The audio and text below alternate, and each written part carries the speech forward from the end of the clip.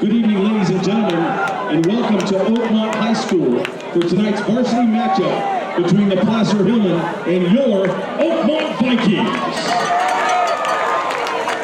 As a reminder, these are high school athletes who are performing here tonight. They are friendly rivals, members of the opposite teams. They are not enemies. This is the theme of interscholastic athletics, the idea of friendly competition. The visiting team today is a guest of the home team. They are expected to be regarded and treated as such. We'd like to welcome all of you fans, friends, and family from Placer High School.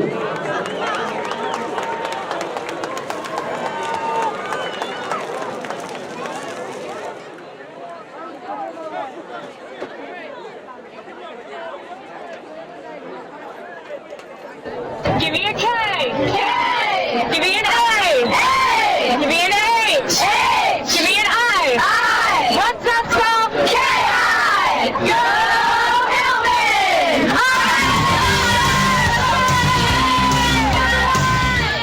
Hillman. Welcome back to Oakmont High School. It's Placer Hillman. As Placer football is on the air on AM 950 and 104.5 FM. And just like what's happened a lot so far this year, Phantom, Placer won the toss and they deferred, so they will be kicking off to Oakmont. Oakmont will be going left to right on your radio dial. We want to thank Foreman Eye Care for sponsoring our pregame show. Again, for all your eye care needs, look at www.foremaneyecare.com. And the kickoff, Jackson Ramirez is underway. He kicks it. All kickoffs are brought to you by Auburn Trophies. You can find them at 1221 Grass Valley Highway in the Fiddler Green Plaza. Good kick and excellent coverage, and that is where Oakmont, the Vikings, will take over at about the 12-yard line. And Jackson Ramirez has been a great weapon all year. Yeah, we talked about starting fast, and that was a nice example there. The kick a little bit bobbled by the receiver, and when he picked it up, he had two Placer defenders right in his face, and they shut him down. One thing that Placer's given up in the last couple of games when they've gotten big leads is a longer kickoff returns, and so I think they're probably going to concentrate on that tonight. And some big passes, too, as we saw against Nevada Union. We're going to do a little bit of score watching tonight, Phantom and I, as we see who is playing. Oak Ridge is playing Del Oro. West Park is playing Lincoln. There are some big games at the Division III, Division IV level. Nonetheless, Oakmont comes out set up. One receiver left, one right. They're on the left hash going left to right. They throw a quick pass out to the right side. It is over the head of the intended receiver right there. That was Luke Scott. So first pass, quick wide receiver screen out to the right, falls incomplete. Yeah, Luke Scott, 4 catches, 42 yards. He's also run for 137 yards. One of those guys we talked about. A lot of these guys, Scott, that are playing for Oakmont are underclassmen, though. So we talked about Coach Messina. He's going to have a little bit of stuff coming back. Ogle's the sophomore quarterback, and Luke Scott and some of these other guys, underclassmen, will be back next year. Unlike most teams in the league that have 3 levels, freshman, JV, right, varsity, they just have a JV and a varsity. But he admitted, my JV is largely freshmen, and my varsity is really sophomores and juniors. Nonetheless, 2nd and 10. Ball spotted at the 15-yard line. Power back formation. Runner goes in motion left to right. They give it to the second back through. He breaks through the line of scrimmage, picks up about 4 or 5 yards. And that, again, is number 15, Brian Garcia, who also plays slot receiver. So a good second down pickup of about 4 yards. That'll bring up a 3rd and 6. Yeah, and you know that Joey Monjai doesn't want to come down too hard on his team, but you know he's going to be on him from the beginning to go ahead and have them focus, especially the first couple of series here, and not let Oakmont get off the carpet and try to get anything going. He's going to have them out there trying to just shut them down. Big 3 and out would be a great way to start. He was firing up his team as he always does. The ever enthusiastic Joey Montoya. So 3rd and 6, ball spotted at the 19-yard line. 2 receivers set left. Drops back to pass, works under center. He's under duress, throws it out nicely. It's complete out in the flat to Kendall Barber. Barber breaks a tackle but is unable to get up to the first down spot, but we do have a penalty flag down on the play. We'll see what the spot is, but if the play holds, this should bring up a 4th down. Yeah, we saw what we've seen a lot today, Scott, and that's Colin Bray, Ian Reynolds, and others coming through the line, getting to Ogles as he threw the ball. Compliment to him for getting the pass completed. It wasn't an easy throw, but good pursuit by the Hillman defense. Yeah, he took a 3-step drop, and it's a legal block in the back. It'll be declined, which will mean it will be 4th and probably about 4, and that should bring on the punt team for the Oakmont Vikings. So Placer does what they need to do on their first defensive stand, and that's force a 3 and out. Yeah, and if you're looking for positives from the Oakmont side, then you've got Ogles. You got his first completion of the game. It was he's 1 for 2, but against that pressure, he was able to make the completion. As we said, good pursuit by the Hillman linebackers to shut it down for a minimal gain. So Bo Ogles will also do the punting. Ball spotted on the right hash at the 23-yard line. He takes it 1 step, kicks, gets a pretty good kickoff. Isaiah Hanley is back to return. He lets it fall, and it falls at about the 48. Looked like he was going to get that, Phantom. That was kind of a weird one, but it was spotted. Jalen Patterson actually fielded it down there, so that's where Placer will take over on their own 47-yard line. Yeah, it looked like he was going to make the play. Then it looked like he kind of olayed it, a little matador, and then the ball stopped like it was a wedge shot. It didn't go anywhere. I thought it might bounce a little bit forward, but he didn't want to inadvertently hit him and cause a turnover, so they get the first possession right here at the 49. They will start off at the 49. They break the huddle. Placer wearing their white jerseys, white pants, give it to Baylor Kelly on the end around. He's got a ton of room and a pickup of about 11 yards on first down, and there's that familiar play where they put Baylor Kelly in motion. Kelly, who comes into the game with 111 carries and over 1,000 yards already, does a nice job on first down. Yeah, Suggs and Alexic are in the low 800s, and so obviously a big effort tonight would get them over 1,000. But I think we're going to see all 3 of them, Scott, carry the ball and get this unit, at least in the first half, get them a lot of work. Quick snap, Josh Craycraft back to pass, throws it out to the side. It was a little bit low, and the pass was dropped at Dash Tebbs. That would have been a good completion. Ball was a little bit flat that time by Craycraft, and here we go again in a game on paper where Placer looks like they are the much better team trying to establish that passing game. Right. I expect to see a couple more runs, and I'm sure we will see a couple more runs. Let everybody get a chance. This time they give it to the second back through Costa Alexic, and guess what? He breaks a couple tackles and carries defenders all the way down to the 22-yard line. Oakmont wearing their home blue helmets, blue jerseys, blue pants, and they have a light blue number so we can actually see them pretty well. That's the second first down of the drive. This drive started on their own 49-yard line for Placer, and again, Placer's in their visiting road white pants, white jerseys, green helmets with green trim. And they break the huddle quickly. Quick wide receiver screen out to Isaiah Hanley. He breaks the tackle at the 20, but good defensive pursuit. Short pickup by the Hillman that time. Yeah, good defensive pursuit. Almost had a block in the back there by the other wide receiver. Hillman are kind of lucky they didn't, but it looks like they're going to go ahead and gouge him for the big runs and then get Craycraft a couple. Wanted to get Craycraft a completion there as well, and they got it. Trying to get Hanley the ball a little bit more. He comes into the game with 12 catches, 253 yards. One of them is long, a 50-yarder. So they're going to give him 4 yards. They send Kelly in motion. Little roll this time by Craycraft. He throws it to Kelly, who he's got wide open in the flat. He just threw it a little bit too tall for him. That pass will fall incomplete. Yeah, one of the reasons they're doing that is because of that. They want to get the execution down on plays like that, and not a lot of those passes in the last couple of weeks for Craycraft. And so he's out there, and as you said, Kelly wide open on the flare play.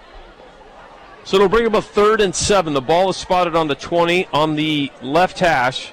Placer going right to left on your radio dial. They'll have 2 backs in the motion. They give it to Suggs up the middle. Suggs carries a few tacklers and then gets tackled awkwardly down around the first down marker. I'm not sure he has enough for it, but the way he was dragged down from the back, and he's laying on the field still.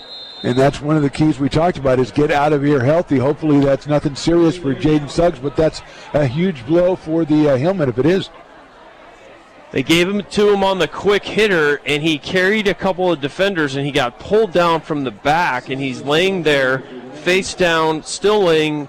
It looks like he came up about a yard short, so it'll be 4th and 1. The good news is it looks like he's popping up but not putting a lot of weight on that left ankle, and he's getting some help from the training staff coming off, and I get the sense, Phantom, this is the last we're seeing of Jaden Suggs tonight. Yeah, that's the one thing you didn't want to see. We talked about it before. Yeah, it's obviously common sense. You don't want to get anybody injured, but you want to give your guys a chance. You don't want to hold everybody out. You want to give them a chance to go out there and get a last run because you're probably not going to play a game next Friday, so you're going to have a week off. So you want to get guys some game reps, and obviously that's not what you want to see. Hopefully Jaden can bounce right back, but I think you'd probably be right, Scott. Maybe he won't bounce right back in this game. Jaden Suggs, 100 carries. That was his 101st carry for 831 yards. He's got 14 touchdowns, and I'd be shocked to see him back on the field tonight. Nonetheless, it is 4th and 1. The ball spotted at the 14-yard line. Hillman driving into Viking territory. 8:38 to play here in the first quarter. They've got one receiver lined up out to the left. That's Kiefer Abbs, number 15. They break the huddle quickly.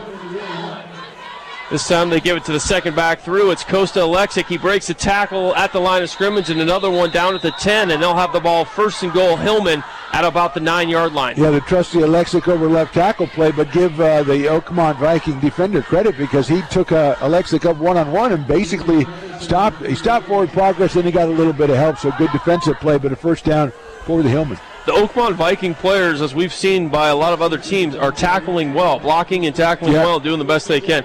This time, Craycraft back to pass. He throws a quick hitter out to the side. He's going to walk in the end zone, and that is number 15, Kiefer Abbs. That's his first touchdown of the season.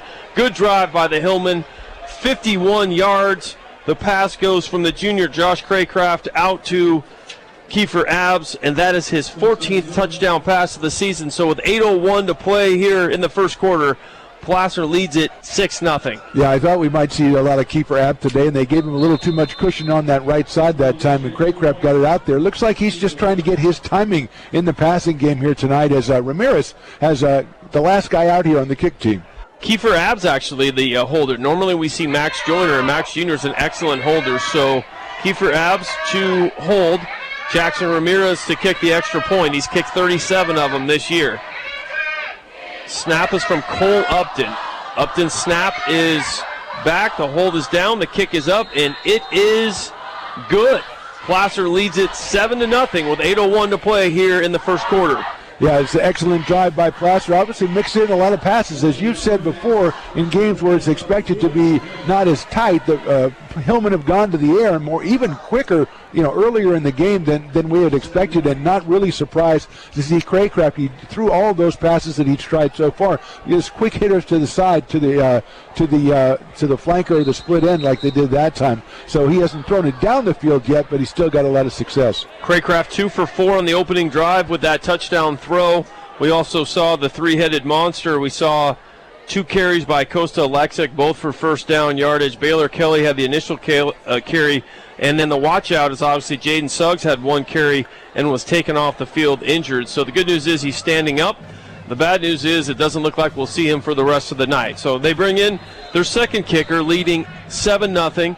Martinez Medina to kick from the right side. This kickoff is brought to you by Auburn Trophies. You can find them online at auburntrophies.com. This kick is fielded at the 5. Returner comes up, breaks away from the wedge, does a nice little return, and takes it all the way up to the 35-yard line. Excellent run back that time by Brian Garcia, one of the running backs and linebackers, and that's how you return a kick, Phantom. Yeah, that's right. He just took it straight up there. We've talked about all season. He's took it straight back up. Don't go across the field. Go straight up. And then he went ahead and got out to the right side and made it all the way up to the 35.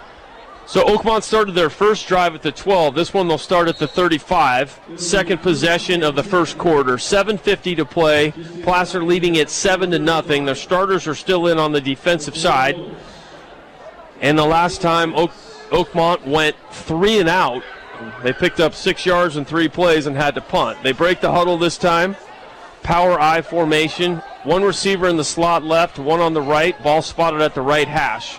Quarterback is Bo Ogles. He play actions, rolls out to the right, throws it in the flat, and it is dropped. Good little throw that time to Asa Davidson, the sophomore, but it just was in and out of his hands. But a good job of getting the ball out by Bo Ogles. Yeah, we saw this in junior varsity game, Scott. They're running their right-handed quarterbacks out to the left side to throw passes, and that's the kind of thing you got to help your quarterback on that. You wouldn't have got a lot of yardage, but you got to help your quarterback out, and you got to make those plays.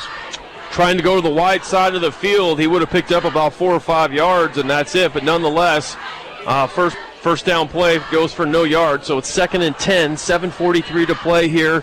First quarter, ball's at the 35 on the right hash.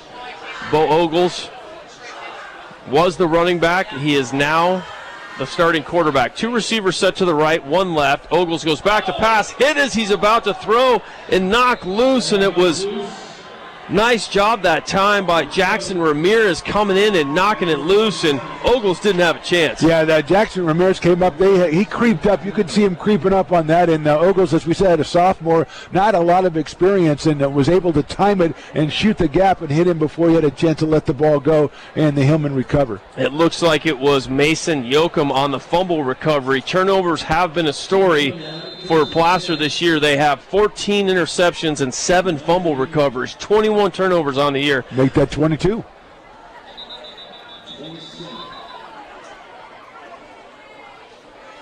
False start is the penalty, and that's something that has bit them a little bit this year, and something Joey Montoya obviously doesn't want. As they take over at the 27, will be marched back to the 32. Yeah, that was a weird one, though. It was like he took the snap from center and went back, and then the whistle was blown, and he made another signal before he said false start. So maybe there was something to do with the substitutions or whatever, because that one wasn't the regular false start that we've seen before. But you're right, that is a problem. 1st and 15, ball spotted on the left hash. Hillman break the huddle.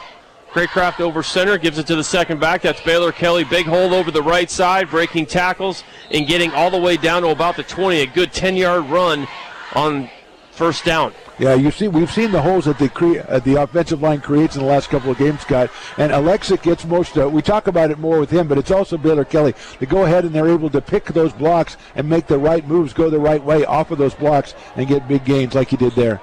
And note that Ian Reynolds, number 27, has taken the spot of Jaden Suggs as that power back. We've seen him this year on 9 carries and 56 yards.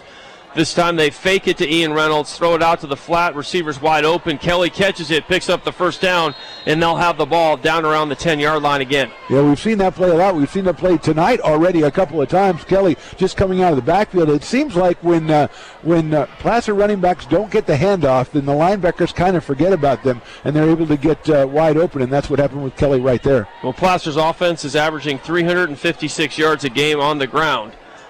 This time they gave it to the inside back. That's Costa Alexic, and he's tackled after a pickup of about 3 or 4.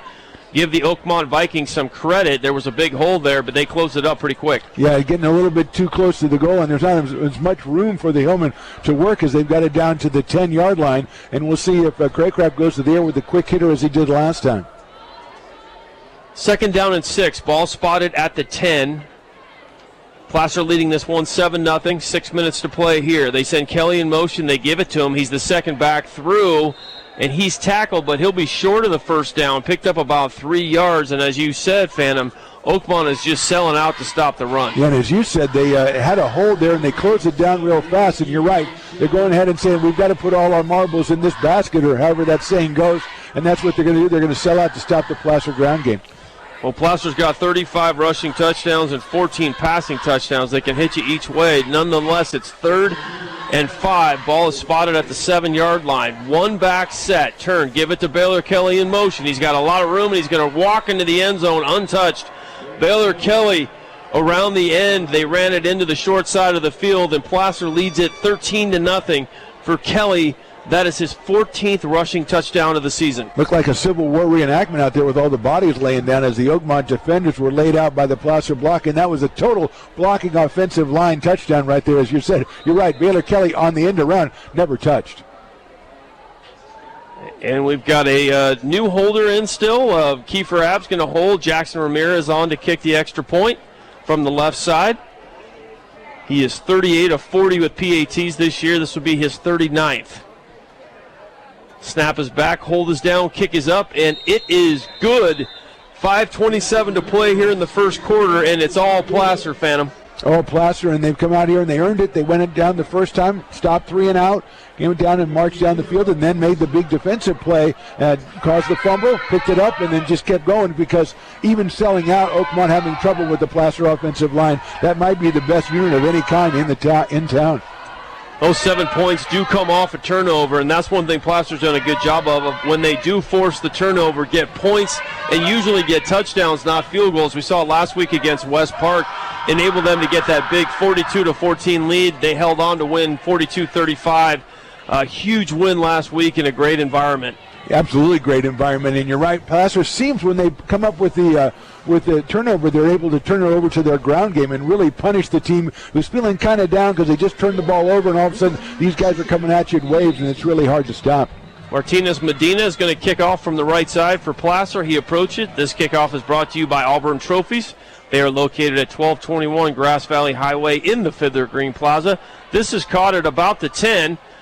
Flag down on the play. The spot's going to be about the 25, but we'll see what the penalty is. Maybe a hold or a block in the back. Well, it's the same basic blueprint as the last kickoff that came out to the 35. That time, Hillman were kind of more ready for it, and they were waiting about the 20-yard line.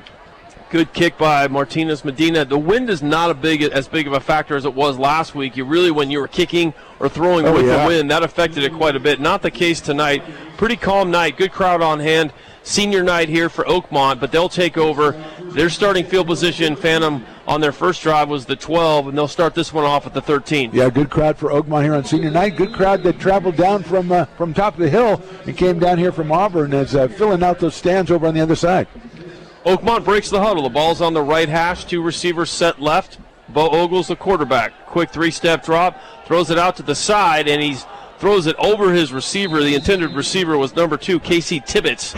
But you can understand why Bo Ogles, who's been hit every time he's dropped back, threw that a little bit quick and a little bit high. Well, you see what's happening, Scott. You see the writing on the wall because they're going to try to keep pressure on Bo Ogles, and then the defensive backs, as they did that time, playing right up on the wide receiver. So if Ogles can ever evade that initial rush, he might have a chance to find somebody. But as long as that rush is on him, he won't have much time to pick somebody out, and they're going to play that press coverage on the wideouts.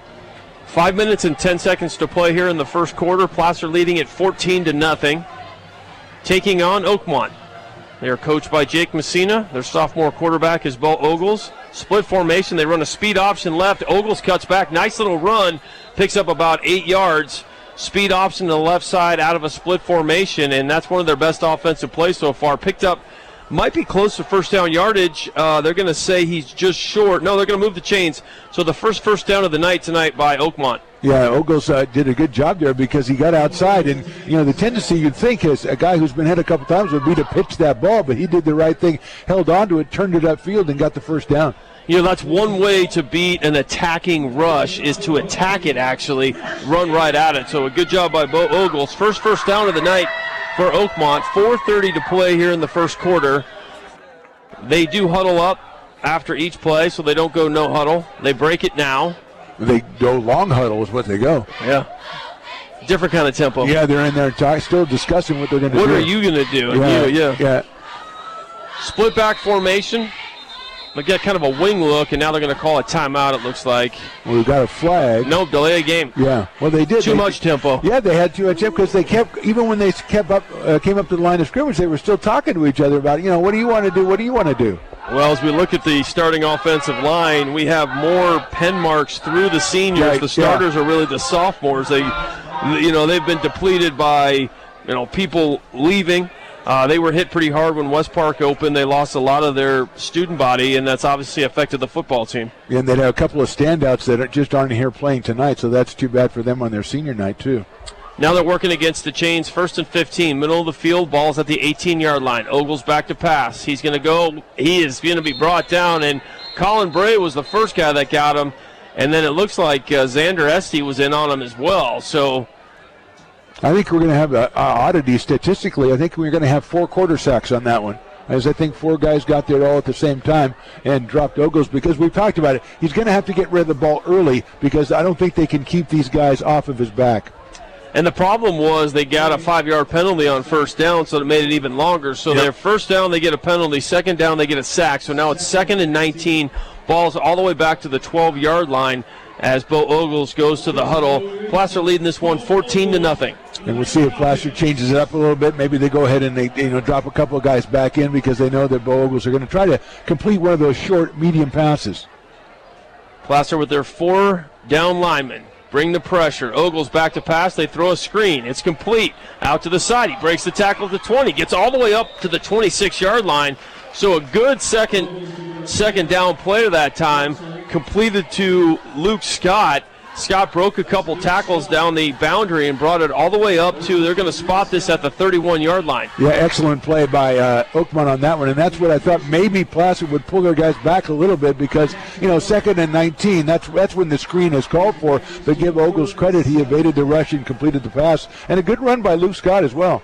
Bob Hetherington is the offensive coordinator. He was actually one of Jake Messina played underneath him. He hired him to be the offensive coordinator. A good screen call right there. So now it's 3rd and 7. Ball is actually spotted at the 26. Ogles will work underneath center. One receiver set out to the left, and they're trying to get Placer to move. Let's see what actually happened.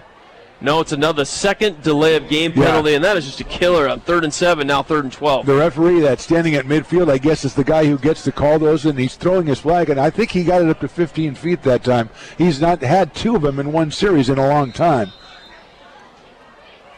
And that, of course, makes it tougher on Bo Ogles because now he's got to try to pick up a 12-yard chunk.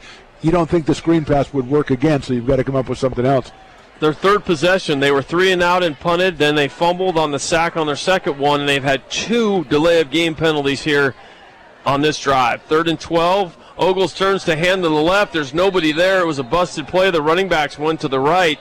And so now you're starting to see some of that youth and inexperience as Ogles turns to hand off to the left. The running backs went to the right. And so what was a promising first down pickup has turned into a 4th and 15 from the 19-yard line. Yeah, we should mention Oakmont. Bryson Bradford, the 6'4" senior, was the quarterback most of the season and a pretty successful one for the Vikings. And so the bad part about this is they're going through some growing pains right now, but it's the last game of the season. You'd like to do this if you have the sophomore quarterback in the 4th game of the season or the 5th or even earlier than that. But they have to do it now because Bradford's down and Ogles has got to learn on the job. Yeah, give a chance to have 3-4 weeks of practice to build some continuity. So here they are. They've got their punt team on the field, and another flag is thrown. Substitution infraction. They actually have 12 players on the field, so that'll back them up another 5 yards. So 4th and 15 will become 4th and 20. Well, a little initiative there, maybe. You can't stop the rush. You let 12 people out there. 13, 14. Drops they won't notice. Except for this referee out of the midfield, the guy who likes to throw his flag high up in the air. He's going to notice everything. So he is the Paul Blart Mall Cop of this staff. You are not getting anything by him.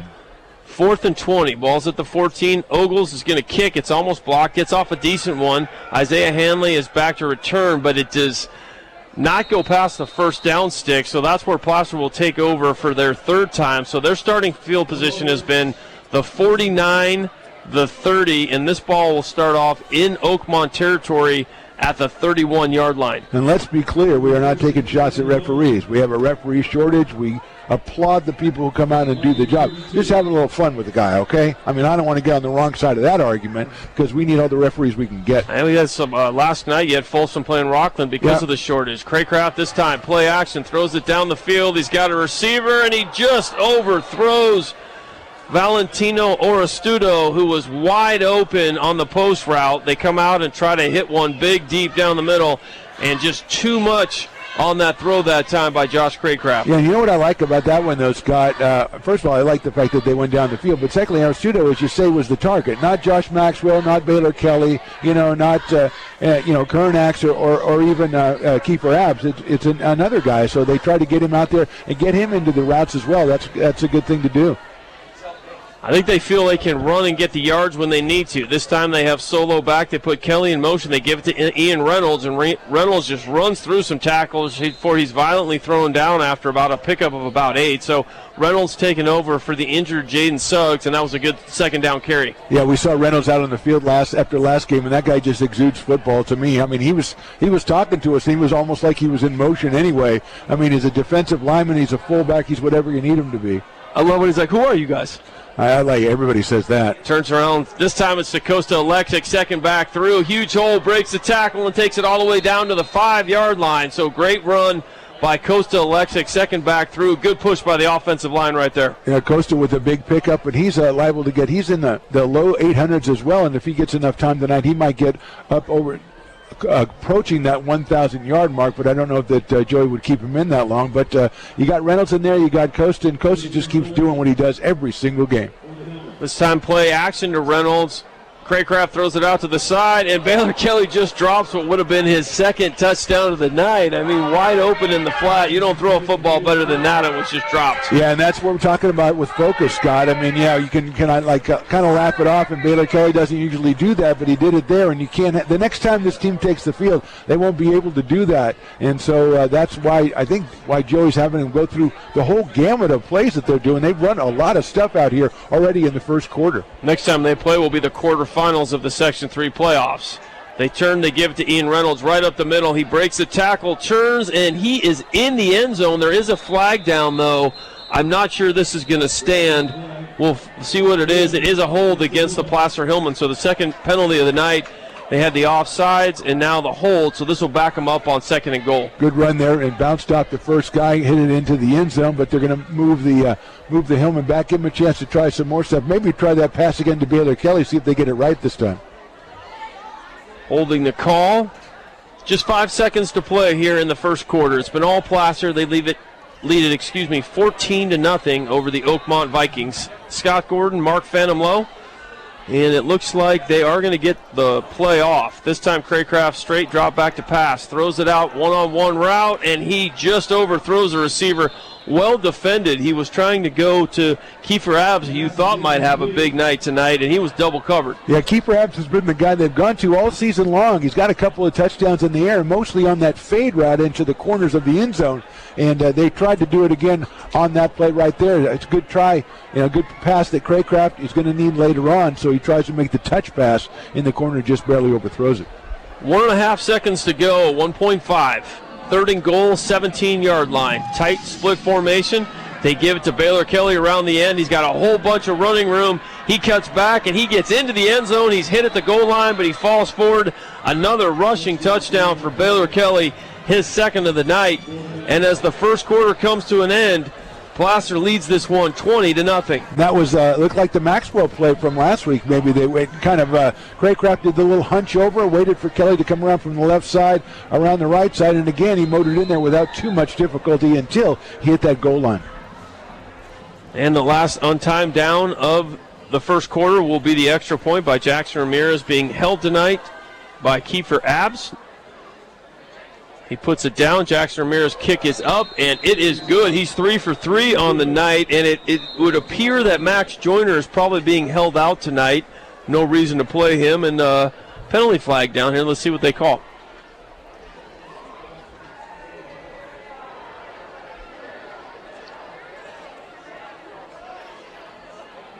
Looks like it's going to be on Oakmont since the Vikings have already left the field. So, although, if it is on them, they can always try to go for 2, which I don't think they will do. They are waving that flag off. So okay, there you go. No flag on the play. Yep.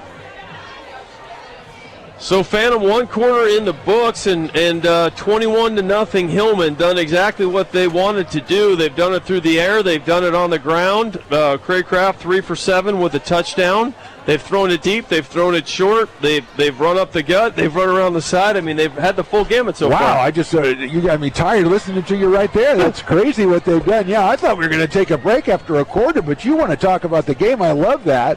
The Hillman up at 21-0, and the quarter coincides with that touchdown, so we are just ready to go here with the second quarter. No breaks for us. We don't need them. We just kind of power through. That's what we do here on KAHI. I tell you wanted to take a break. I wanted to take a break desperately. We'll take one soon. Oh, thank you. So this kickoff again will be Martinez Medina. Kickoff is brought to you by Auburn Trophies. You can find them online at auburntrophies.com. Your Hillman leading this 21-0, kicking left to right.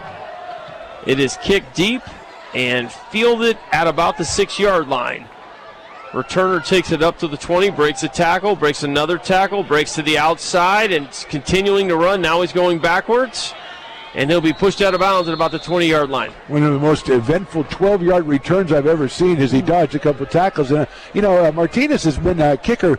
He's kicked a lot this year, especially lately, and his kicks usually get to the end zone, and he's putting the foot in the ball, and it's just not going very far. I don't know if it's the air or something, but usually he's getting at the goal line. They're going to the 10 or the 5, so, there might be some conditions that have changed. So they'll take over at the 20-yard line.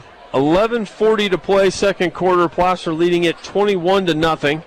Bo Ogles will be the quarterback. Oakmont's had some problems running their plays. They've had 2 delay-of-game penalties, and a receiver just runs off the field at the last second. They roll out to the right side. Ogles has it. They throw it in the flat. It's completed about the 20-yard line. Good little move to break up field and a 5-yard pickup. That pass was completed to Asa Davidson. Yeah, again, they rolled to this side. You got a tough throw for the quarterback, but they had guys going on 2 different routes there. They had a guy a little bit further who was well covered, but he picked the right guy, the right receiver, and got himself a nice little gain. Good job just getting around Colin Bray, who went with a bull rush and looked like he was going to be in the backfield. But 6 yards on first down for Oakmont. Actually 5 yards will bring up a 2nd and 5. Yeah, Colin looked like a guy who was told, you're not going to play very much longer. You better get out there and get it done right now. That's speculation, by the way. I don't know anything. Already has 1 sack on the night, but as you mentioned, there's 4 guys with a quarter sack as they met back there. He might have got there first, though. Ball's on the left hash. 2 receivers set to the right. Ogles going to drop back to pass again. He's sprinting. He's under pressure. Mason Yoakum does an absolutely fantastic job from his defensive end spot and makes the sack on Bo Ogles. They tried to roll out and get around him. He kept leverage, and he threw Ogles down for a big loss. And that's the time he ran away from Colin Bray and went around the other side. And then Yoakum, like you say, come in here. And I think he has 3 sacks on the season already, so that would be number 4 for him. And he was a little bit excited about bringing that guy down. He certainly was. 33 tackles, 5 tackles for loss. That was his 4th sack, so that'll make it a 3rd and 16. It was 2nd and 5, so an 11-yard loss with just under 10 minutes to play here in the second quarter. Hillman leading at 21-0. Break the huddle. They're on the right hash. They've got 2 receivers set left. Slot formation receiver to the right. 1 back. Ogles sends a receiver in motion. Flag flies. And that's our back judge again. 3rd delay game penalty. Yeah, that's our guy in the middle of the field throwing the flag well up in the air. And, you know, it's to be expected, really. I know we don't see that many delay game penalties, but we've talked about it. Guys who haven't played. I mean, Bo Ogles was a defensive back and a wide receiver. Now he's the quarterback. They've got some linemen down, so they brought in the second-team linemen. So everybody's trying to get comfortable with each other. When you look at Bo Ogles on Max Preps this week is number 20. Yeah. They just changed his number to 7 this week. They had to. Got to get a quarterback number. You're going to be a quarterback. What about Bernie Kosar? He wore 20. Well, that's a while ago. Be quiet. It was a while ago. Back to pass. This time Ogles throws behind his intended receiver. He was going to Brian Garcia, and that ball falls incomplete. That'll bring up a 4th down and 16. Ball's at the 14-yard line, so it'll be the 3rd punt of the night for Oakmont. They've had it 4 times. This will be their 3rd punt, and then they had the turnover 1 time. Yeah, one thing I liked about that, and it's counterintuitive, really, they needed a big gain, and they ran Garcia out there about 8 to 10 yards, and he was kind of doing a little down and out, a little button hook. And I like that because even if they get the completion, you know, it's not going to get the first down, but at least it gives the quarterback, that's the kind of, you don't want to just have him back there and just heaving it and trying to get 25 yards. Well, it gives him a little breathing room, too, for the punt. Late arriving player onto the field. Ogles back to pass, and this one is partially blocked. It looked like Mason Yoakum got a hand on it. It's going to take a big roll for Oakmont, but it's still going to settle in at about the 35-yard line in Oakmont territory. So for the only 1 time in 4 drives will Placer actually start in their own territory. They started on their own 49. They will start off again deep in Oakmont territory at the 35-yard line. Yeah, and that partial block was a couple of punts in the making because they've been kind of measuring that and had decided finally to go all out. Didn't quite get all of it, but almost put that into the end zone. Ball will be spotted at the right hash. Hillman leading this one 21-0. 1 back is Ian Reynolds. They fake it to him, fake it to Costa Alexic. Josh Craycraft throws it out to the side, and the pass falls incomplete. He was going to dash Tebbs. Tebbs running a deep crossing route, and it's just a little bit overthrown for him. Yeah, it's hard to tell if the ball's just being underthrown or overthrown, or if the guy's not running the right routes a little bit, because there have been about 4 or 5 passes tonight that really should have been completed for big gains. The receiver was definitely open there and probably could have walked into the end zone from that point.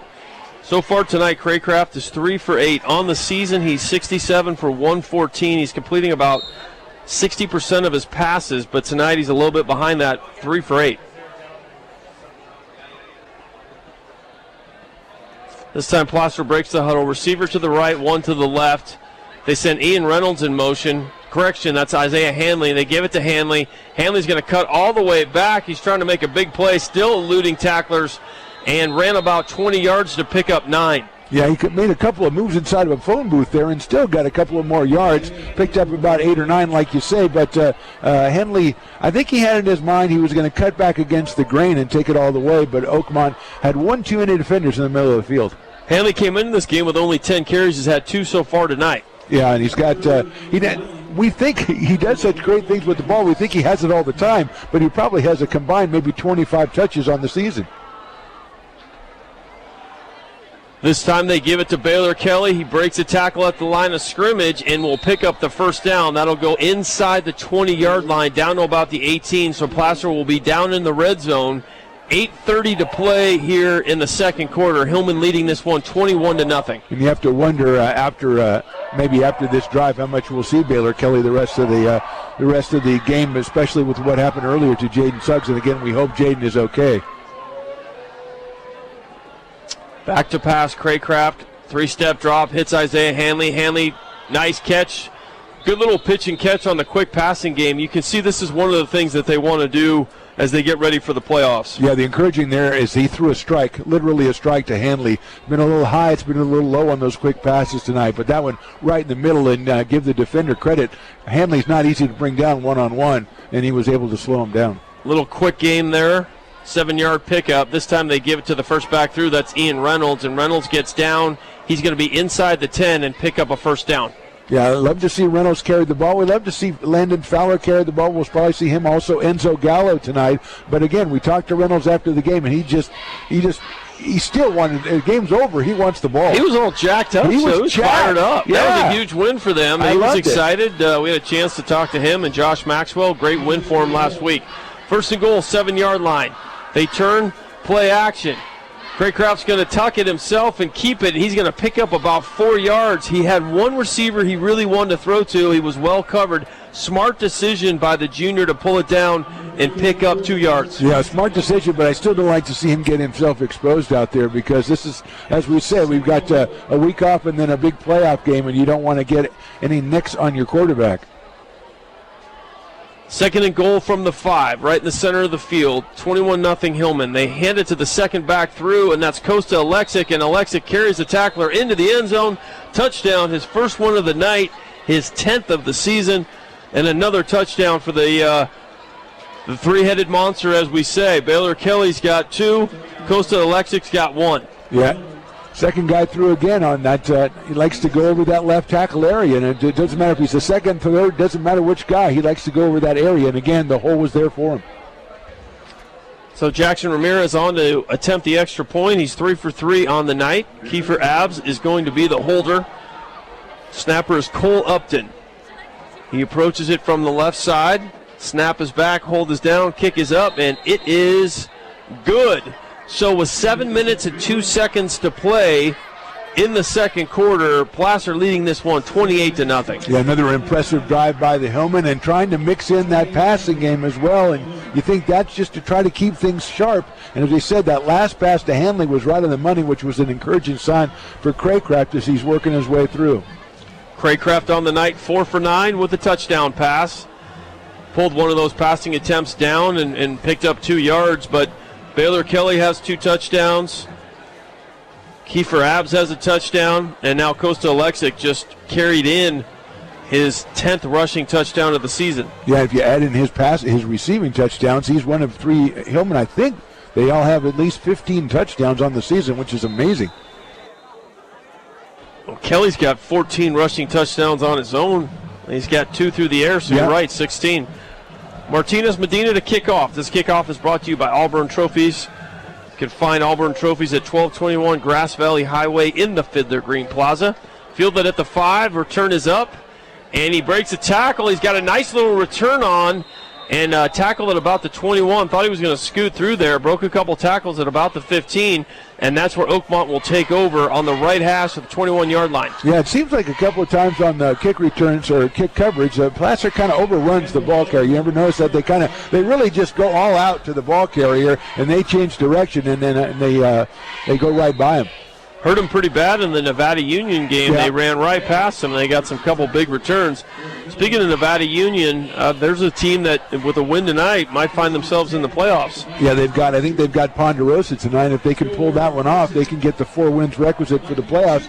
And I think the speculation is they would sneak into that Division IV playoff race. Little speed option to the left. This time they pitch it out and taking him down, making a nice tackle on the play. Coming up from his Valentino Oristudo. So usually he just plays on the offensive side, but this time actually makes a good defensive stop. Yeah, he was in there. I think he was in there. He was going to be on the offensive side for Oakmont and take that pitch. So one of the plays that worked well for Oakmont in the first quarter, that little speed option, they tried to go with it again, and Oristudo does a nice job. He is now in the defensive end position. Looks like he has taken out Colin Bray, as you suspected. We wouldn't see Bray much past the first quarter. Yeah, Bray comes in here with 10 sacks, and he has just been he has been the best player, we've seen defensively all season, basically, but we're talking about the FVL. He's definitely been the best player on the defense in the league play. 6:24 to play, second quarter. Placer leading it 28-0. Second and 16 for Oakmont. They send a receiver in motion. They turn, give it to the second back through. No, it's faked. Ogles tries to keep it. He'll get back up to the line of scrimmage, maybe get a yard, and that should bring up a 3rd and 15. Not sure if Ogles faked it to him or if he went through and he didn't get it to him in time and decided to, I'll just follow him into the line. But you got to think that that's going to be a big pass rush on this as they got to pick up 15 yards. I guess look for the screenplay. It's been the one play that's really worked for them tonight. A quick Sierra Moon scoreboard. Oak Ridge is playing Del Oro. The game is at half, and Oak Ridge is leading that 21-14, so that'll have playoff implications. Absolutely. Del Oro in shape to be the number 2 seed in Division II with a win tonight. Ogles throws, quick wide receiver screen out to the right. Nice job. It's caught and short pickup. Pursuit was very, very good. They threw to the wide side, and Placer came over there and tackled it quickly. That'll bring up a 4th and 11 and the 4th punt of the night for Oakmont. Yeah, one thing we've talked about on a couple of occasions this year, Scott, is when the second team, the backup guys come in, they play with exuberance out there. They fly to the ball, and that's exactly what happened right there on that wide receiver screen. It was a good throw by Ogles, actually, just to get it around the defensive end out there. They pick up 3 yards, but they needed 15. So it's 4th and 10 at the 22, and it looks like Ogles will be in to punt again. And his last one was partially blocked. Well, he's a quarterback too, remember, so they're trying to think maybe they're going to fake it, but they do not. He gets that one off. Isaiah Hanley is back to return it. He calls poison, and says get away from it, and the ball drops dead at about the 44-yard line, and that's where Placer will take over. They have had the ball. This will be their 5th drive. Only one drive started in their own territory, and that was at the 49. They've had great field position all night. Yeah, Isaiah Hanley has looked at every one of those punts tonight, and he kind of looked at it because I know it's Halloween season, but he's looked at it like he wants no part. I don't know if the ball is spinning funny or what, but he does not want any part of those punts so far tonight. He's just let them go, and they haven't been very long, so they benefited the Hillman. Craycraft still in. Play action. Rolls to the right. Throws it deep down the field. Wide open is Baylor Kelly on a post route. And they're going to mark him down. Now they're going to give him a touchdown. So he's got 2 rushing touchdowns and the deep post route. And the route is officially on. A 1-play drive. Took 9 seconds off the clock. A great job. 2nd touchdown pass of the night by Craycraft. Now, very clever wordplay by you there. The route is on, but also the route that he runs is a route we've seen Kelly run down the middle a couple of times this year. It has never failed to be open, and that time I think Craycraft needed that for his confidence. Where's that sound? Because he's had a couple tonight that he hasn't hit, and he hit that one. Great job in rhythm, sliding, and then putting good air underneath it. That was a great throw. His 2nd touchdown pass of the night, 5 for 10 on the night.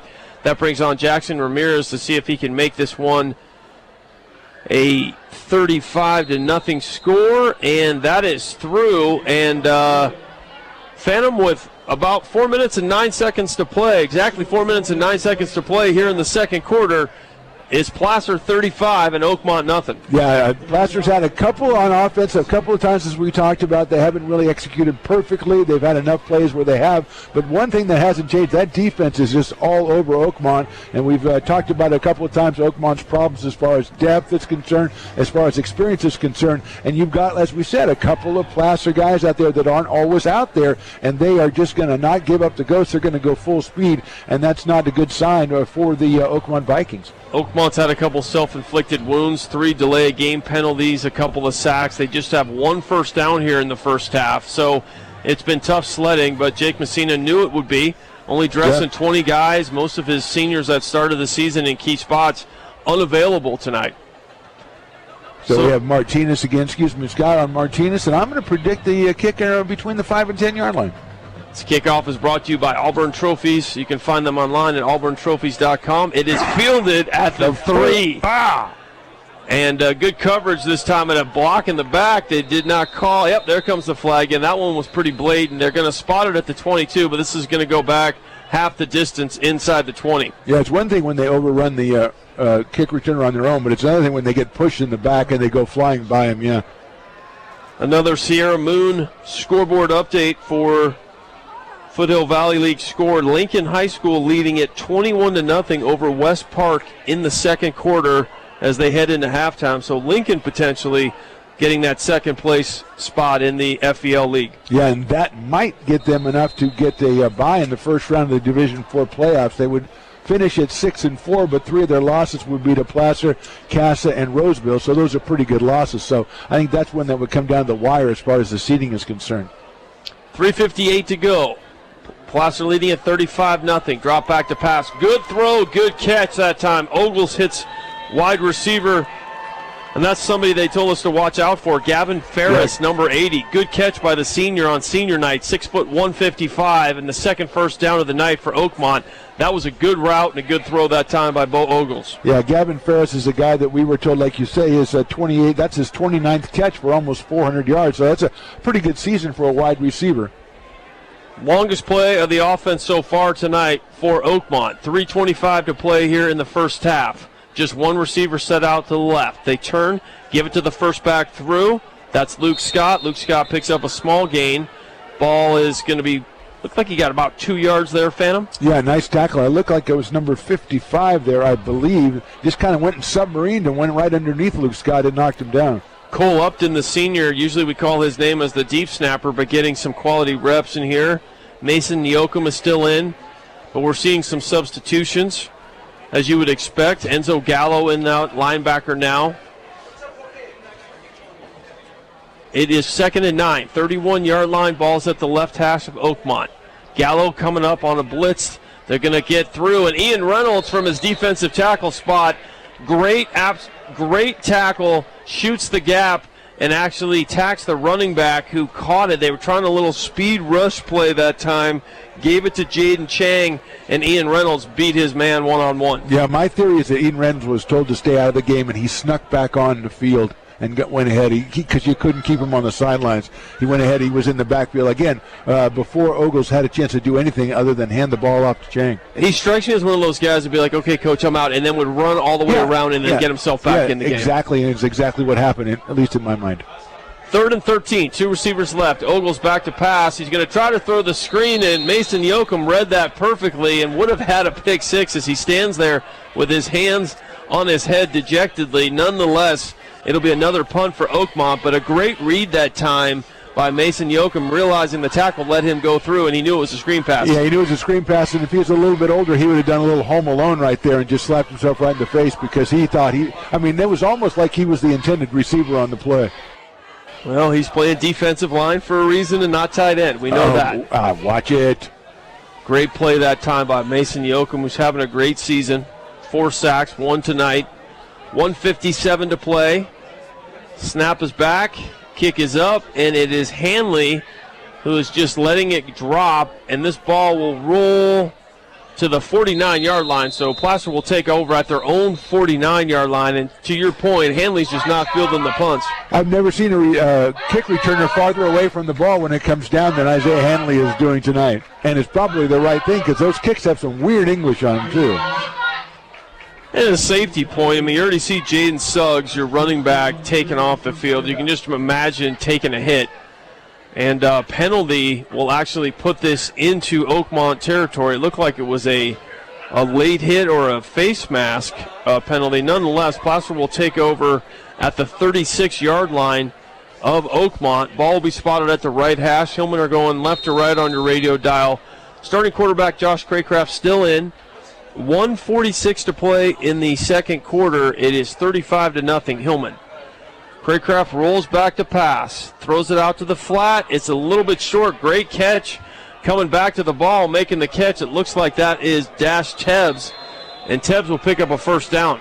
Yeah, a little bit short on the throw, but it kind of had to be over there a little bit. And I've seen it looks like a couple of white jerseys on the offensive line, so we may get a couple of new guys in there on the line. Certainly we will when the second half rolls around. Correction, that was Isaiah Hanley, and that was a fantastic catch. Great catch. They come out in their traditional wing tee look. They give it to Baylor Kelly. Kelly's got a huge hole. He's just going to break to the outside and run to the end zone. And Placer, touchdown. He goes in untouched. His fourth touchdown of the night. 3 on the ground, 1 through the air. And with 1:16 to play here in the first half, it is all Placer. They lead it 41-0. You know, he took us by the collar early in the season to show us how good he was, and it hasn't been that he hasn't been good recently, but we've had a lot of Coastal Lexic, we've had a lot of Jaden Suggs, and I think Baylor Kelly is tonight just going, okay, putting the kind of cherry on the top of a regular season for a sensational sophomore, and what did you say, like 4 touchdowns tonight? Yeah, it's a pretty good 10th game. Just a sophomore. He's just going to get better. Jackson Ramirez on for the extra point. Kick is up, and it is good. So Hillman lead this one 42-0. And if you think about it futuristically, Craycraft just a junior, Coastal Lexic just a junior, Baylor Kelly a sophomore. They've got a lot of young talent coming back next year. A lot of skill positions. Now, the line is a very veteran line, so we'll see they got a couple of juniors who are kind of filtered in, and, of course, as we talked about over the season, they have a lot of juniors and maybe a couple of sophomores who have gotten a lot of really good reps this year, even if they aren't starting. But still, those are the guys that are going to have to step in for a Colin Bray and a Xander Esty and some of these other guys. That'll be obviously not the whole thing, but that'll really help Kelly and Alexic out and Josh Craycraft next year. But you're right. I mean, Blake DeFeedy is a senior. Xander Esty is a senior. You look at Jackson Ramirez, he's a senior, and he's their kicker. I mean, really across the front, that's a very veteran front, and that's why the rushing attack is so good. And I think that's why that Joy Montoya has such a high ceiling for this team. Martinez Medina kicks off. This kickoff is brought to you by AuburnTrophies.com. You can find them online at AuburnTrophies.com. It is fielded at the 5, just like Phantom predicted, and he is knocked out of bounds. Big hit that time by number 18, Mitchell Trinka, the outside linebacker. He knocked him out of bounds. Nonetheless, Oakmont will take over at the 29-yard line. We do have a running clock, so they might just get one play off. Let's see as they throw the ball in. Yeah, that was a situation where it was a nice run back, but at the end of it, you got a little bit of a surprise as Mitchell Trinka kind of leveled them, and totally legal right on the field of play and everything. But give Oakmont credit for running it back, but a good tackle by Trinka. And that will be the last play of the first half, and it's really been all Placer. As we step aside here from Oakmont High School, it is Placer 42 and Oakmont nothing. You're listening to Placer Football on 104.5 FM and AM 950, the voice of the Foothills. If we didn't tell you, fans from Auburn, California, the snack bar is fantastic.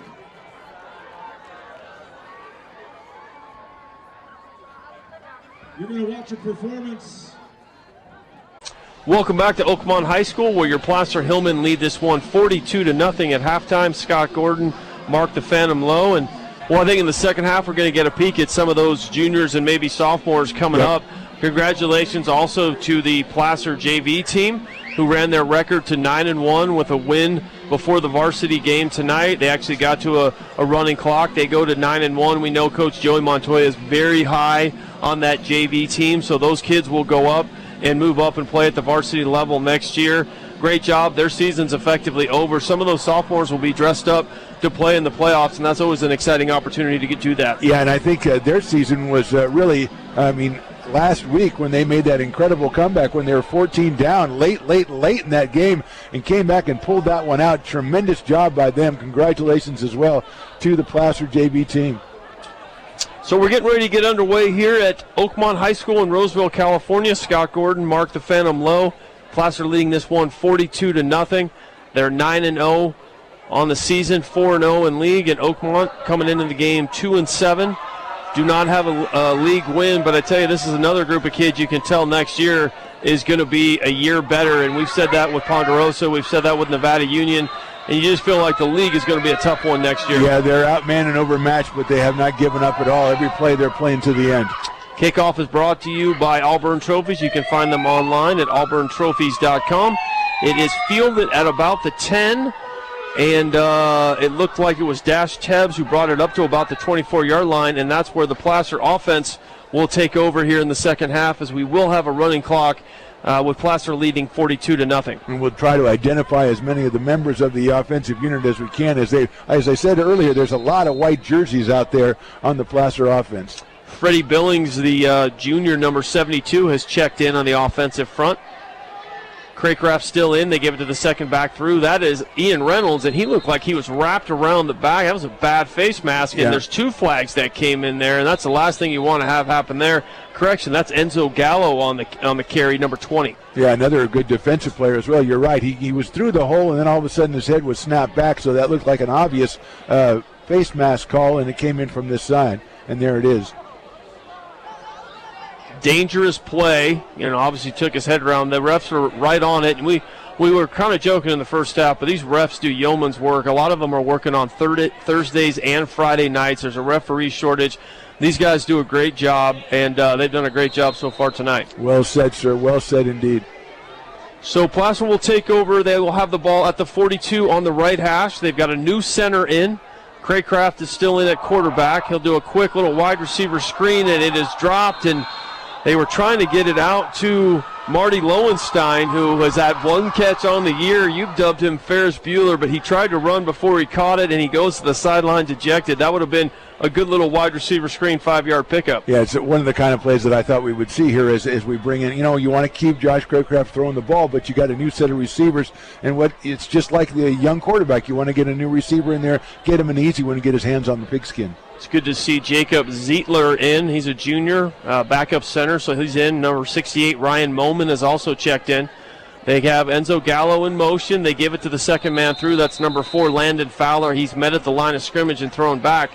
So it's an opportunity for these juniors to see if they can open up some holes. And right there, the defensive front, also a lot of sophomores and juniors, got a good push for Oakmont. Yeah, and they've been not able to put a dent in the offensive line of Placer for, the first 24 minutes. And so you give them a little chance to slip on through there, they're going to take advantage of it. 9:28 to play here in the third quarter. Placer leading at 42-0. 3rd and 13 at their own 39. They give it to the second back through. That's Ian Reynolds. Reynolds breaking tackles and takes it out to about the 45-yard line. Good run, but they'll be short of the first down. Yeah, I imagine they're going to bring that. I would think you bring the punting group out here just to get a chance, get some reps for the punting group as well, but it doesn't look like they're doing that right now.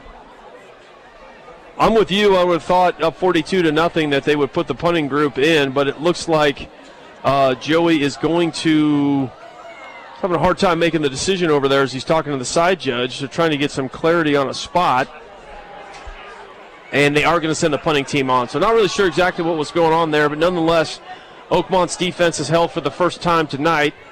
And for the first time tonight, the Placer punting unit comes on. That's Jackson Ramirez. He does all the kicking from the left side. Actually, Martinez Medina also does some of the kicking, but he does. Jackson Ramirez does the punting, the field goals, and the PATs.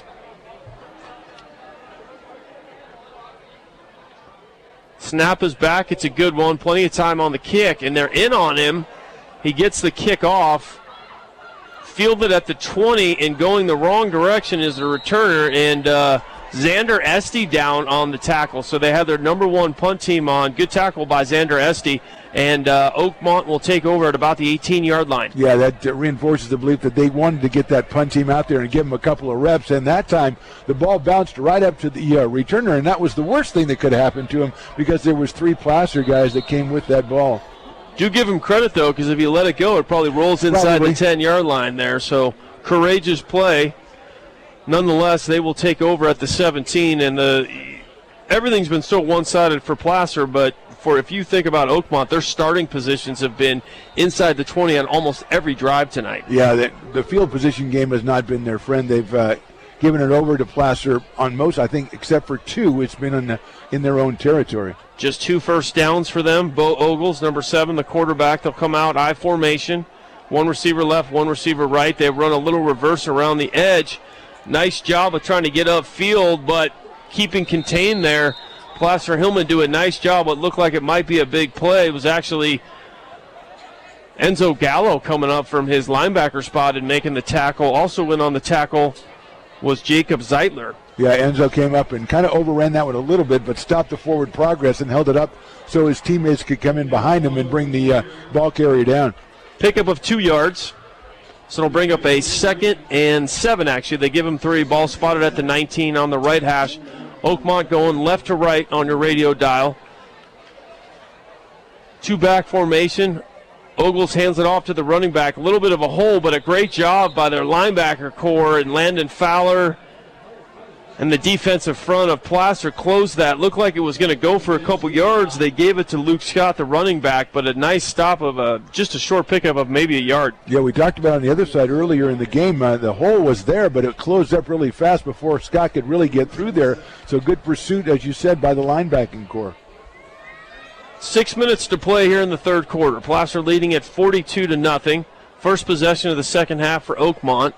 Ball spotted at the 20-yard line. 3rd and 7. 2 receivers set left. Ogles back to pass. Has a little bit of time. Throws. It's intercepted by Enzo Gallo. Gallo will take it up to about the 27-yard line. Sidelines is excited. Gallo's excited. The linebacker does a good job, and you kind of forecasted this early in the game. If he gets under pressure and just throws it high, it's going to get intercepted. That's exactly what happened. The 2 receivers were just running right up the seam. Gallo made a nice play. Yeah, you go over the middle of the field like that, and there you got, like you say, 2 receivers, so it's bringing 2 defenders in there as well, and you got a little bit of air under the ball, and Enzo was right there for it. Here comes Enzo Gallo running over to the sidelines. I imagine there's going to be some high fives and hugs over there. Kind of a subdued celebration. I thought I might have been more excited than that. You were excited about the excitement. This time they hit the Dash Tebbs, the running back. He breaks back and picks up about 4 yards. So a good little cutback that time by Dash Tebbs. They gave it to him in motion. He took it all the way out to the far side of the field and then cut it back. That was all him on a 4-yard pickup. Yeah, Oakmont did a real good job of stretching that play, stringing it out, and Dash Tebbs picked the right place to cut back, and he got everything he could possibly get out of that carry. Placer has the ball at Oakmont's 25, leading it 42-0. Clock has about 4 minutes and 30 seconds to play here in the third quarter.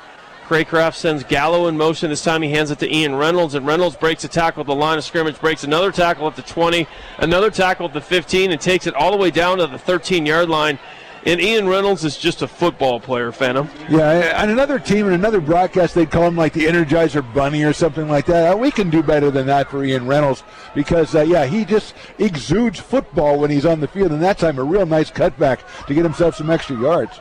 Going with a little bit of tempo, fumbled the snap, and that is something to watch for as you put in a new center, as Craycraft looked like he pulled out a little bit early that time. Ball on the ground. Joey Montoya not going to be happy with that, but it'll bring up a 2nd and 10. Ball's at the 14-yard line. 3 minutes and 50 seconds to play. Yeah, you got new linemen in there, and you're trying to go on tempo like Placer likes to go. Sometimes that's not a great marriage because you're not used to each other. So good job by Craycraft just to fall on that one, not try to do anything with it. You know, one of the things Joey does is he doesn't sub everybody, so they still have some of the starters in.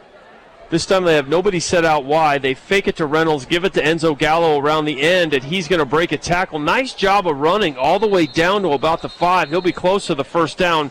That's the sweep play they run with Baylor Kelly a lot. This time they gave it to Enzo Gallo, and he has a good pickup. Looks like I thought I saw a referee signal a holding call against the Hillman. Didn't see a flag on the play, but I thought I saw the referee with the whistle and the holding call. It is a hold.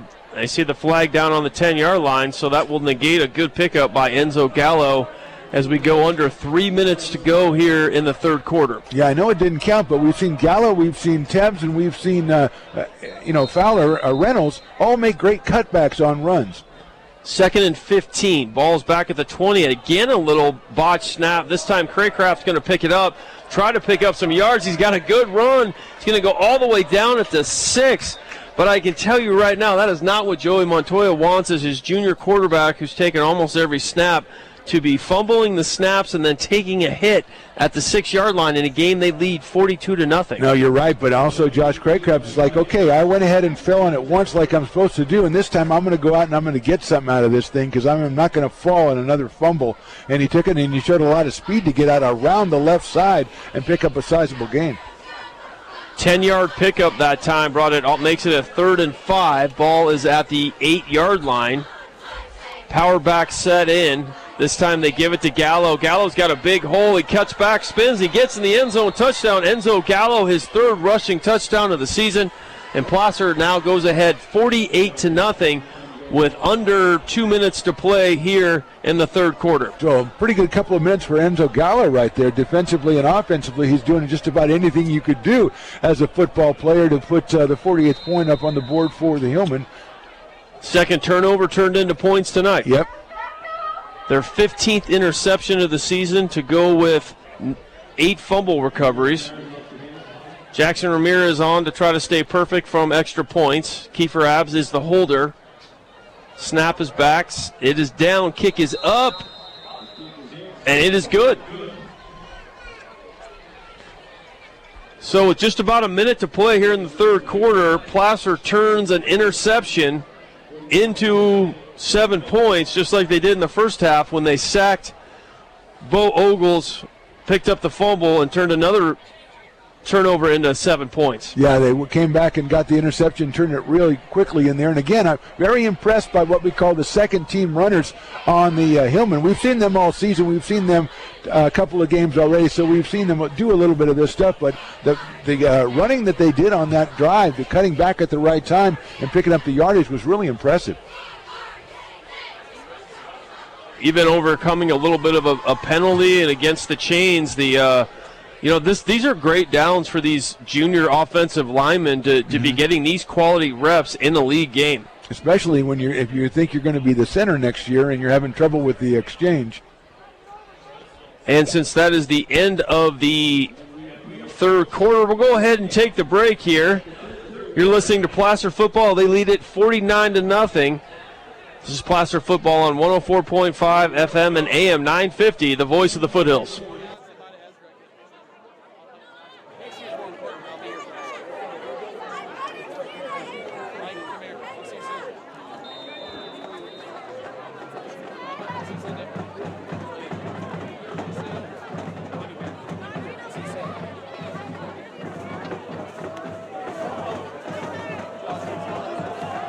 You're listening to Friday Night Football in the Foothills on 104.5 FM and AM 950 KAHI. Kevin Martinez Medina kicking off deep. Placer leading at 49-0. This kickoff is brought to you by Auburn Trophies. You can find them at 1221 Grass Valley Highway in the Fiddler Green Plaza. It is actually fielded at the 5, brought up about the right hash. Good return up to about the 25-yard line, and that is where Oakmont will take over. Now we've got all those new Placer defensive players in the game that we saw last quarter, and they're out here trying to get themselves on their series. They just came off the interception, so they're feeling pretty good about themselves. Enzo Gallo with the interception and the touchdown. Yep. A good second half so far for him. 11 minutes, 15 seconds to go. Bo Ogles is the quarterback. 3-step drop, throws it up the field, and that one is knocked down, and that'll be a pass breakup by guess who? Number 20, Enzo Gallo. Yeah, it looks like they're coming out here. It's probably Gavin Ferris that's running the slant route in there, and I think Ogles had an eye on him the whole way, just a little bit too high for him, and Enzo all over it. Well, that's one of the things you'll learn, as you talked about earlier, had he had a chance to have 2 or 3 weeks at quarterback and how to look a defensive back off. He stared the receiver down the whole time. Gallo does a nice job of getting his hand up and knocking that away. It's now 2nd and 10 for Oakmont. Yeah, they haven't had a lot of time to look people off in the first half because Colin Bray and Ian Reynolds were already in on him, but a little more time here in the second half.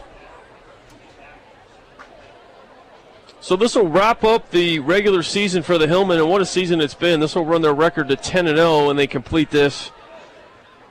2nd and 10 Oakmont here. They give it to the first back through, and good penetration by the defensive front there, and this backup defensive line got a really good push and made a nice stop. That's going to be a tackle for loss. It'll make it a 3rd and 12. I wonder if this backup defensive line ever gets to scrimmage against the first-team offensive line in practice, because that'll toughen you up real fast. As we talked about, 5 seniors, let's call it right now, 5 all-league seniors who come out there and make it real tough for any defensive lineman. Well, 2 of them that we know are going to go play at the Division I level, exactly. in Colin Bray and Xander Esty. I mean, and then you've got 3 other seniors right along the front. I mean, that is a vaunted starting 5.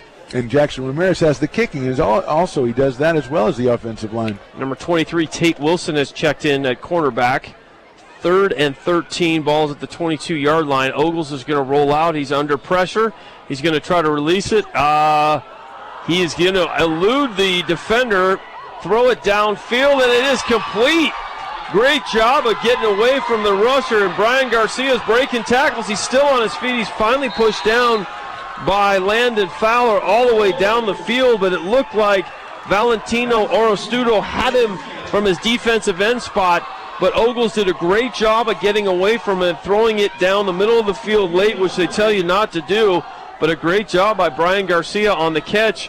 And this is the deepest penetration that Oakmont has had all night. I know that they probably had to account for Colin Bray on the first-team defense, but I am really mystified while they roll this quarterback out to his left side as a right-handed quarterback, which means he has to stop and reset and be able to release the ball. But what a great play by Ogles. Ogles, they've got the ball 1st and 10 at the 33. Takes it under center, rolls out right this time, throws it out in the flat. Nice little pitch and catch. Picked up, that's going to be another first down. It goes to Luke Scott, number 10. So you're seeing Bo Ogles grow up right in front of us. 2 good plays in a row. Yeah, that time he rolled to his right, and look how much more comfortable he looked and made a delivery. And he got that ball to Luke Scott in the perfect spot so that Scott could keep running and wouldn't have to reach back or anything or slow down. He could keep going in stride. First down, 2 plays in a row. So Oakmont trailing 49-0 has the ball all the way down to the 23-yard line of Placer. They've got 1 receiver set out right, split backs. Ogles turns, gives it to the back in through that was lined up in the slot back, and he'll pick up about 7 yards. It looked like that was Kendall Barber, number 25. No, the recent success has really energized the Viking crowd, but you know that Placer, it doesn't matter who's in there on defense, they do not want to give up any points in this game, so they're going to be digging in as we get inside the red zone now. Penalty flag down on the play. Pretty clean second half so far when it comes to Oakmont. This is only their third possession, It's a hold, and so that'll negate what was a good first down pickup, pushing them back against the sticks. It'll go all the way out to the 32-yard line, so first and just a lot. Well, I got to commend you on your composure. The great Stones McCoy is in the booth, and you are just handling it like it's nothing. It's incredible. I am uncomfortable. I can tell that. I just want you to know that. But not for the right reasons. Yeah, no. This time Ogles back to pass. He throws, and that time got a little greedy. He was looking for his receiver, Gavin Ferris, who was running a curl route, but there were 3 defensive players there, only 1 receiver in the route, and that ball falls incomplete. Stones McCoy does a great job of producing the Placer games. We had a chance to do the ARC games a couple weeks ago. He's down on the field. He's got cameras. He's got everything. I know you guys do a podcast together. He's a talented guy. Well, he did 2 of the Placer games this year as well, so he's all over the place, and he never lets you forget it. I mean, he's really good about it. I'll probably hand him my headsets to call the last 5 minutes. That's not a bad idea. All right. You can just do that with anybody who walks in here. 6:17 to go. We appreciate and that pass will fall incomplete. He tried to throw a little wide receiver screen out to Brian Garcia, and that one falls incomplete. Not one of his better throws. He actually had a little bit of time, Bo Ogles, but that one was high. Yeah, Brian Garcia is also a junior, as is Luke Scott, and he's a pretty good-looking running back / receiver out there. You go down the roster of who's gotten the ball so far tonight. These are all sophomores and juniors. Exactly. And Jake Messina is finally going to have an offseason to develop these guys and have a spring practice and have them lifting some weights. And as he mentioned, he's done reclamation projects before, and he's been successful at them, and he is encouraged. All over the place. Gavin Ferris, really the only senior in a skilled position that we've seen. 3rd and 20, 2 receivers set left. Receiver goes in motion. Ogles throws it out this time, and it is almost intercepted again by Enzo Gallo. He was throwing it to Kendall Barber. Barber curled up in there, but the pass was kind of high, and you get the sense they're obviously going to go for this. First penetration they've had inside Placer territory the entire night. Yeah, and all of a sudden Enzo Gallo is in the middle of everything that's happening on this football field in the second half tonight with the interceptions and touchdowns and pass breakups, and he's just doing it all. The junior will have a prominent role next year on the defensive side of the ball and the offensive side of the ball. And one of the storylines we need to watch for, Phantom, is if Jaden Suggs can't go, we don't know that, but he was taken out of the game earlier, Ian Reynolds is going to have to go at that spot. Absolutely, and we know he wants to do it. You know that. Bo Ogles on 4th and 20, drops back to pass. He throws it down the sidelines, and that is going to be dropped, and that is Landon Fowler, who literally had his second interception in his hands and probably could have run for a long way. He's got his hands on his hips, but nonetheless, Placer has held 4:18 to go here in the fourth quarter. They lead at 49-0, and Oakmont gets turned away. Yeah, it looked like to me that Fowler had it. He was measured it, but there was another defender who was running the other way after the receiver, may have inadvertently bumped into him and kept him from making that interception. Nonetheless, Placer has held. Oakmont had good penetration, picked up a good couple of first down. Bo Ogles threw a couple of good balls. They've had a lot of plays with just one receiver in the route and haven't gone anywhere. So now they go with Enzo Gallo on the end around, and he breaks into the secondary, breaks another tackle, and picks up a first down.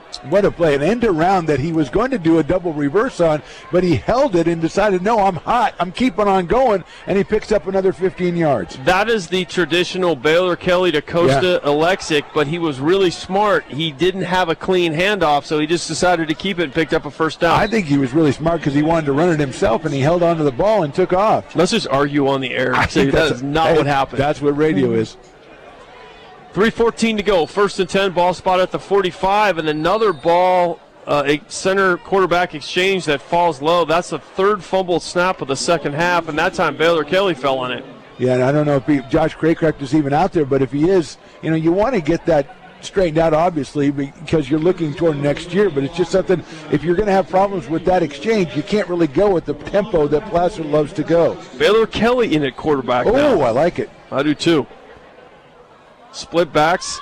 Kelly gives it this time to Landon Fowler. Fowler, who just almost had the interception, picks up about 3 yards on the second down carry. The thing I loved about that is Baylor Kelly did that thing where he handed it off and he took it around in and he played it all the way out. He was pretending he had the ball, and that's the one thing you don't want is for anybody to hit Baylor Kelly now with 2 minutes left to go in the 10th game. Could you imagine if he decides to take it on the bootleg and just go to the house for his 5th touchdown of the night? You've told me some stories about quarterbacks who do things that the coach tells them not to. Never happens. And no, I don't know who that would be.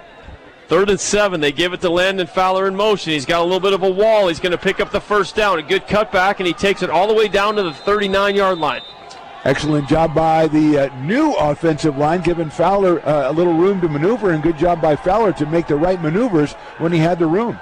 Good job by Freddie Billings, Ryan Moman on the left side of the line that time. They go strong and quick. Quick means they're on the left side where the ball is spotted on the left hash right now.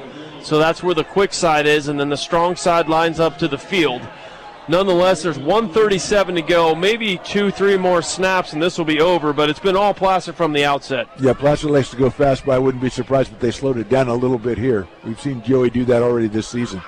Baylor Kelly turns. This time he gives it to Landon Fowler again. Fowler again picks up about 7 or 8 yards, and he's going to a couple of good, tough runs by Landon Fowler. And one thing you got to say is that the second team offensive line, or however many of them are the second team guys, are blocking as crisply as the first team. They are executing the Placer offense to a T. Fun to watch Baylor Kelly at quarterback, just a sophomore, handing it off to the junior Landon Fowler. I mean, these are the guys that will be key players next year, as it looks like they will assume the victory formation. Probably one more snap, and Phantom, this will close out what has been a fantastic season. You can't ask for anything else if you're Joey Montoya. Yeah, one of the keys to the game that we had before was to put a bow on it. So you've got a 9-0 season. You're looking, and Placer's been around 125 years. They've had 10-0 seasons before, but not that many. And it's a special every time you get one. And they wanted to put that bow on tonight, and they went out and they did just that. A little bit of here and there, pass that wasn't where it was supposed to be, or maybe execution. But for the most part, they came out and they just dominated. So that'll be a wrap. Placer will end FBL play with a 10-0 record, 5-0 in league, pretty much locking up the number 1-3 in the Section 3 playoffs as the coaches go to shake hands. We'll step aside and come back with the Foreman I postgame show.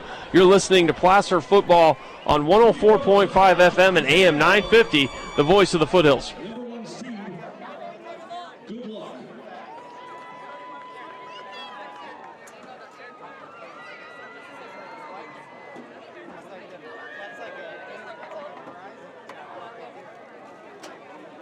This is your home for Friday Night Football in the Foothills, 104.5 FM and AM 950 KAHI. 49-0, the Placer Hillman finish off a perfect regular season. They've won some exciting games from coming from behind. This one they led from the outset. Scott Gordon, Mark the Phantom Lowe, and you're listening to the postgame show brought to you by Foreman Eye Care. For all your eye care needs, you can look up www.foremaneyecare.com or give them a call at 530-885-3767. Dr. Dan Foreman, a cataract and refractive surgeon. So, Phantom, we had our first sponsor in a post-game show, but yes, I'll always remember tonight. This was exciting. What a way to finish the game and finish the season for the Placer Hillman. Yeah, nice to see the regular names get out there and they did what they do, but also some of these other guys that have been doing it all season long on whatever level, they come out, they get a little bit more of the spotlight, but they've been playing well. And Enzo Gallo and Ian Reynolds, we talked about them as offensive players tonight. They've been doing it all season on both sides of the ball. So, yeah, a great way to cap off the season, to put a bow on it, to get it. We hope Jaden Suggs is okay, of course, but other than that, they're ready to go in 2 weeks, get a little bye week. And, Joey Montoya told us earlier in the season he really loved what they did on their bye week that they had during the season. So hopefully he can get the same kind of things done on this bye week before the first playoff game. That's where they came up with the Josh Maxwell play that they ran 5 times last week. Maxwell fantastic. House. Some people call it Maxwell House. And they just call it Maxwell. Yeah, and that's what they call it, but some people call it Maxwell House. So if we had to pick an offensive player of the game, I'm going to vote for Baylor Kelly with his 4 or 5 touchdowns. Yeah, you could do that. I was thinking Enzo Gallo was a pretty good one as well. Ian Reynolds was good, but I guess 4 touchdowns on a guy that probably, put up 17, 18 touchdowns on the season. I think that's a pretty good way to cap it off. How about our defensive player of the game? I'm going to give it to Enzo. I got to get something to Enzo Gallo. Well, yeah, I do. Why don't we give him both? No, we got Baylor Kelly on offense. Enzo Gallo will be our defensive player. Was pretty darn good while he was in there, but I think we'll go with Enzo Gallo. He played a great game, had an interception and a pass breakup. This is the Foreman Eye Care postgame show. You've been listening to Placer Football as they wrap it up tonight, winning the league 5-0, running their record to 10-0. They'll have a bye week this week. Stay tuned for Phantom and I will have the KAHI Coaches Show. This week we will be talking about the playoff preview and a little bit of the state of high school football. Phantom, what do we have in store this week? Yeah, I'm really looking forward to that one on Wednesday at 7 p.m. We're going to have a couple of special guests. We're going to talk, obviously, about playoff previews.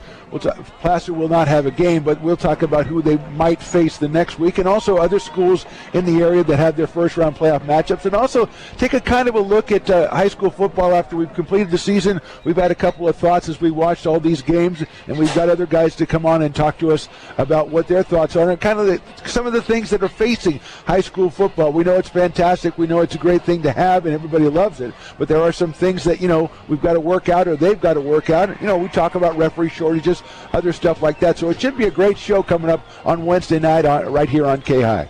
Well, remember, we've had a chance to talk to 10 coaches this year, and Absolutely. Some of those coaches have really exposed some of the shortcomings and some of the highlights of coaching high school football, and we appreciate everything that they do. We're going to sign off here at another wonderful night for the Placer Hillman as they took control early. Baylor Kelly had 4 touchdowns. Enzo Gallo had an interception. He scored a touchdown as well, and it was Placer 49 and Oakmont nothing.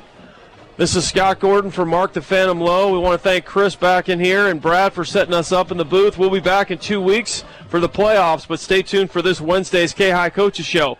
This has been Placer Football on 104.5 FM and AM 950, the voice of the Foothills. Thank you for joining KAHI for tonight's game. We'd like to thank our sponsors who support Hillman football. Depot Bay Coffee, Keith Thomas State Farm Insurance, the Roseville Auto Mall, Mackey Heating and Air of Auburn, Meritage Auto Care, Mills Diner of Auburn, Robinson Sand and Gravel, Sierra Moon in Old Town, Spring Hill Suites by Marriott, Auburn Ford, and Auburn Trophies.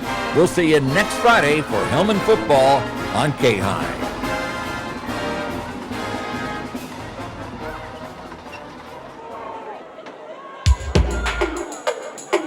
Good evening, ladies and gentlemen, and welcome to Oakmont High School for tonight's varsity matchup between the Placer Hillman and your Oakmont Vikings. I'm coming down like a monkey, but it's alright. Ball comes Like a loose, low in the back that you can't see, recovered by number 27. but it's alright. Ramirez with the tackle. Try to shake you loose, cut it free, just let it go. Just get it away from me. This time Craycraft back to pass. He throws a quick hitter out to the side. He's going to walk in the end zone, and that is number 15, Kiefer Adams. Good drive by the Hillman, 51 yards. The pass goes from the junior Josh Craycraft out to Kiefer Abs. Jackson Ramirez on to kick the extra point. He is 38 of 40 with PATs this year. This would be his 39th. Snap is back, hold is down, kick is up, and it is good. 5:27 to play here in the first quarter, and it's all Placer, Phantom. I'm going down like a monkey, but it's alright. Try to pick yourself up and carry that weight that you can't see, but don't you know it's alright? It's like a helter-skelter going down the Craycraft still in. Play action. Rolls to the right. Throws it deep down the field. Wide open is Baylor Kelly on a post route. And they're going to mark him down. Now they're going to give him a touchdown. So he's got 2 rushing touchdowns and the deep post route. And the route is officially on. A 1-play drive. Took 9 seconds off the clock. A great job. Second touchdown pass of the night by Craycraft. Ball spotted at the 20-yard line. 3rd and 7. 2 receivers set left. Ogles back to pass. Has a little bit of time. Throws. It's intercepted by Enzo Gallo. Gallo will take it up to about the 27-yard line. Sidelines is excited. Gallo's excited. Craycraft sends Gallo in motion. This time he hands it to Ian Reynolds, and Reynolds breaks a tackle at the line of scrimmage, breaks another tackle at the 20, another tackle at the 15, and takes it all the way down to the 13-yard line. And Ian Reynolds is just a football player, Phantom. 3rd and goal, 17-yard line. Tight split formation. They give it to Baylor Kelly around the end. He's got a whole bunch of running room. He cuts back and he gets into the end zone. He's hit at the goal line, but he falls forward. Another rushing touchdown for Baylor Kelly. 11 minutes, 15 seconds to go. Bo Ogles is the quarterback. 3-step drop, throws it up the field, and that one is knocked down, and that'll be a pass breakup by guess who? Number 20, Enzo Gallo. Ball's on the left hash. 2 receivers set to the right. Ogles gonna drop back to pass again. He's sprinting. He's under pressure. Mason Yoakum does an absolutely fantastic job from his defensive end spot and makes the sack on Bo Ogles. They come out in their traditional wing tee look. They give it to Baylor Kelly. Kelly's got a huge hole. He's just gonna break to the outside and run to the end zone. And Placer, touchdown. He goes in untouched. His 4th touchdown of the night. 3 on the ground, 1 through the air, and with 1:16 to play here in the first half, it is all Placer. They lead it 41-0. 3rd and 13, 2 receivers left. Ogles back to pass. He's going to try to throw the screen in. Mason Yoakum read that perfectly and would have had a pick 6 as he stands there with his hands on his head. It'll be another punt for Oakmont, but a great read that time by Mason Yoakum. Phantom, this will close out what has been a fantastic season. So that'll be a wrap. Placer will end FBL play with a 10-0 record.